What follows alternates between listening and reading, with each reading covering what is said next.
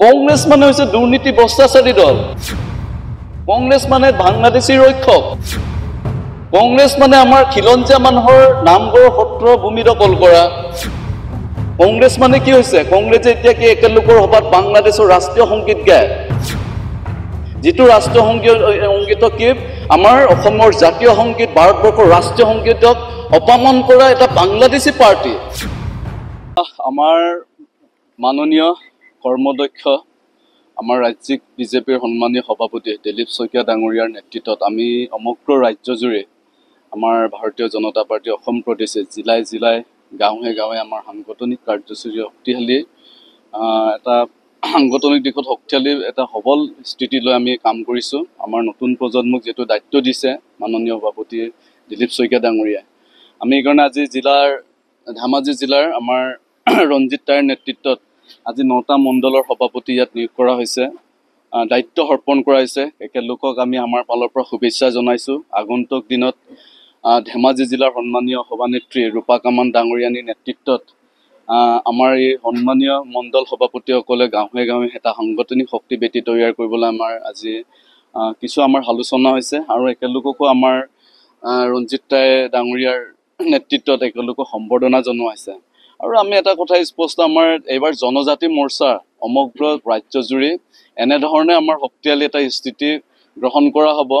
আমাক মাননীয় সভাপতি দিলীপ শইকীয়া ডাঙৰীয়াই দেখিব। তাৰমানে চাওক, যিজন আমি ছ'চিয়েল মিডিয়াত পাইছিলোঁ, আপোনালোকৰ সংবাদ মাধ্যমৰ জৰিয়তে এটা কথা স্পষ্ট যে যিজন ৰাজু মাধৱ দুৰ্নীতি ভ্ৰষ্টাচাৰে লুতুৰি পুতুৰি কি হৈছিল, একেলোকক জেল যোৱা নাই জানো? যিটো মানুহে MSCৰ দায়িত্বত থাকি দুৰ্নীতিগ্ৰস্ত কৰি একেলোকে ক'ত জেলৰ মজিয়াত ৰঙা জেলৰ ভাত পানী খাবলগীয়া হৈছে। যিটো মানুহে মিচিং জাতীয় দল সংগঠনৰ পৰা বহিষ্কাৰ হৈছে, মিচিং জাতিয়ে নিষিদ্ধ কৰিছে একেলোকক, এনেকুৱা নিকৃষ্ট মনোভাৱৰ মানে দুৰ্নীতিৰ লালসাত লললিত হোৱা এই মানুহবিলাকক কংগ্ৰেছ মানে হৈছে দুৰ্নীতি ভ্ৰষ্টাচাৰী দল। কংগ্ৰেছ মানে বাংলাদেশী ৰক্ষক।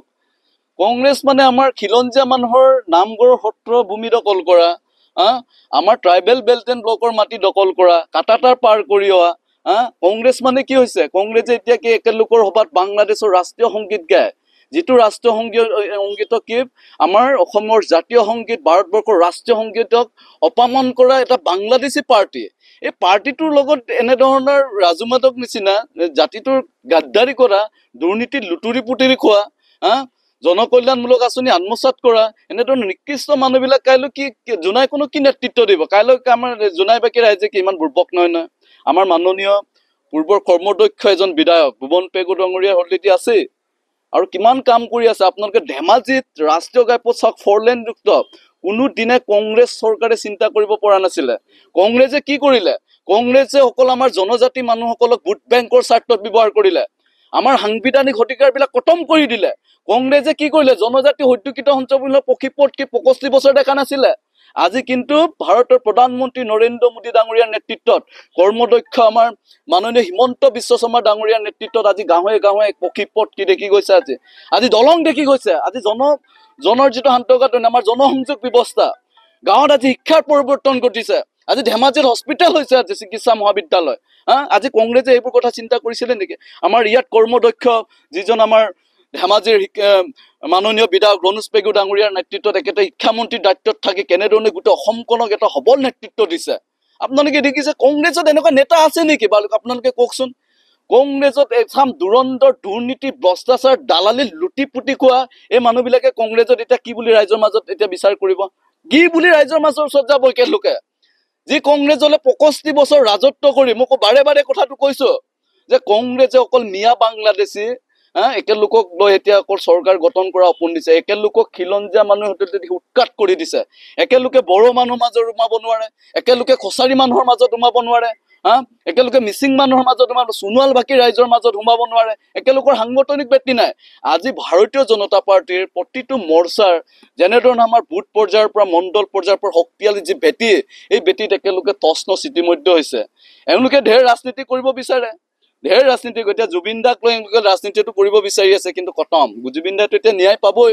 আজি মাননীয় মুখ্যমন্ত্ৰী মহোদয়টো ক'লে একেলোকে এজন যিটো মানুহে ৰাজনীতিৰ ভাল নাপায়, ৰাজনীতিৰ একেলোকে টানি নিবিচাৰে, একেলোকে অকল জুবিন দাক লৈ বোলে কংগ্ৰেছে অকল অপোন দেখিছে বোলে 2026 চন এইটোতো হাঁহিৰ পাত্ৰ নহয় জানো হা কেনেধৰণৰ তাৰমানে আমাৰ জুবিন দা প্ৰত্যেকজন আমাৰ 65 লাখ ভাৰতীয় জনতা পাৰ্টিৰ কাৰ্যকৰ্তা হিয়াৰ হামতো 3 কোটি 35 লাখ মানুহে আমাৰ জুবিন দা অকলে ভাল পায় আমিতো বেলেগক বা জুবিন দা হনুক আমি আমুক নহয় তামুক নহয়তো আমি ক'ব যোৱা নাই কিন্তু কংগ্ৰেছে কি কৰিছে যেন আমাৰ বিজেপিয়ে কাৰ্যকৰ্তা বিজেপি চৰকাৰে যেন জুবিন দাক হত্যা কৰিছে এনেধৰণে ৰাইজৰ মাজত একেলোকে বিপদে পৰিচালিত প্ৰচাৰ প্ৰকাৰ কৰা দেখা গৈছে নাই কিন্তু আমি বিচাৰিছো আমাৰ প্ৰত্যেকজন কাৰ্যকৰ্তাই দিলীপ শইকীয়া ডাঙৰীয়া বাৰে বাৰে কৈছে আমাৰ ন্যায় যাত্ৰা হৈছে যে জুবিন দাক ন্যায় কাৰণ ন্যায় ব্যৱস্থা কোনে দিব ন্যায় হলেতো দিব নহয় জানো গতিকে SIT এটা পানী নহৰাকে গঠন কৰা হৈছে ইতিমধ্যে আৰু জুবিন দাই ন্যায় পাবই এই জুবিন দাক লৈ যে কংগ্ৰেছ যিবিলাকে যেতিয়া ৰাজনীতি কৰি আছে ন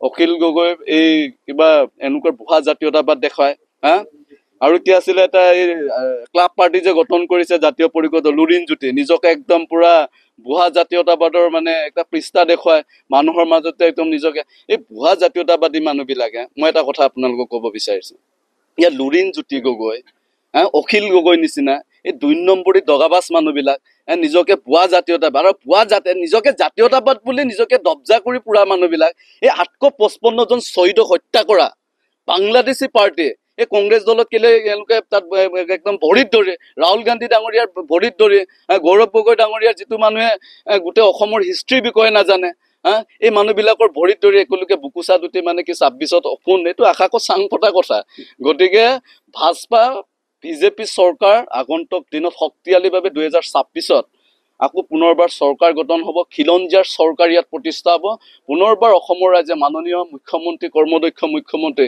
হিমন্ত বিশ্ব শৰ্মাৰ ডাঙৰীয়াৰ নেতৃত্বত পুনৰবাৰ দিলীপ শইকীয়া ডাঙৰীয়াৰ নেতৃত্বত পুনৰবাৰ 2026ত বিজেপি চৰকাৰ প্ৰতিষ্ঠা হোৱাটো নিশ্চিত